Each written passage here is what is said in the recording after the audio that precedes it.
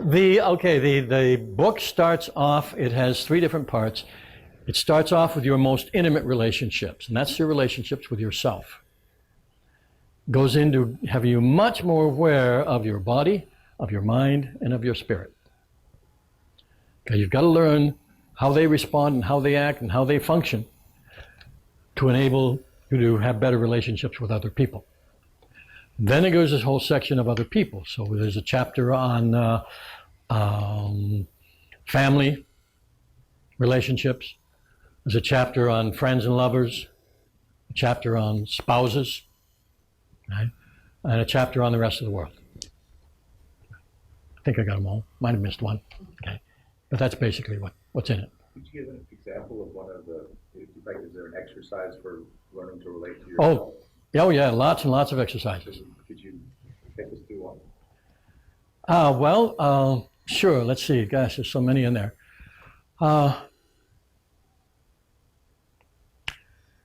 Let's take a simple one right now. Now, I'm not sure that this is in the book or not. It's in the book in some way or another. But let's take an example, and everybody can participate in this here. You see this picture behind me? It's kind of like a painting. From wherever you're sitting, you can see at least a part of it. Okay? All right. Now, while you're looking at it, what I'd like you to do is right here at the tip of the mountain. See how that's shaped? Now, we're still looking at the tip of the mountain. Let your awareness expand out to what you see around the picture. Keep your attention on the mountain. But now let your awareness expand. You see other paintings maybe, statues, the wall. If your peripheral vision is big enough, you can see the Kahilis, the feather stand on the side. Now draw back and be aware of the space that picture is taking up on the wall. Be aware of its position in relation to the other things that are there.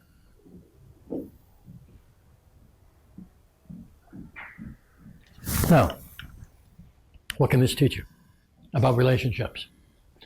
Well, it teaches you an awful lot about how you focus and how you're capable of focusing. What happens with a lot of people is when they get used to somebody, or they get used to a particular place in which they meet people or deal with people, they're limited by the picture in the frame.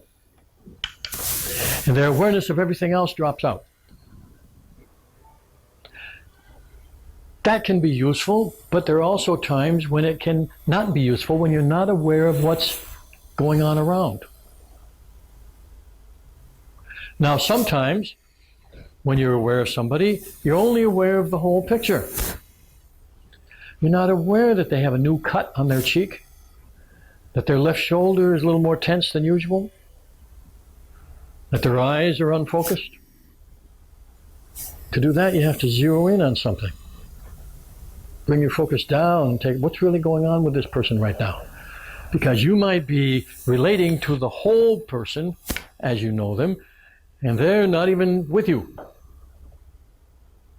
They're off somewhere else. Or you might not be aware of their energy. And it doesn't mean they don't like you or don't want to be with you. They just might have other things on their mind. Now, how you relate to them can be very different if you take these other factors into account in particular situations. It's like men who never notice that their wife has a new hairdo or a new dress or a new boyfriend, whatever, okay? Because they've just got that narrow focus. When you walk into a room, what's in the room? It can have a great influence on what you do in that room with people and how you do it.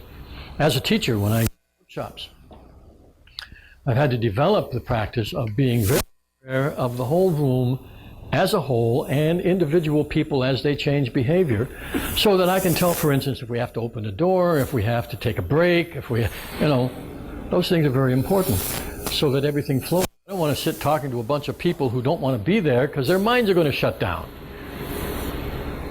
I know lots of kinds of teachers have this idea. Make everybody sit there and they'll absorb it because it'll be forced into them. No, it isn't forced into them. It bounces right off. Don't you remember high school? God. There you go. See?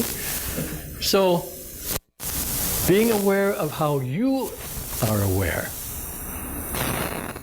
can help you be more aware of how other people are aware and how to relate to them differently, as an example.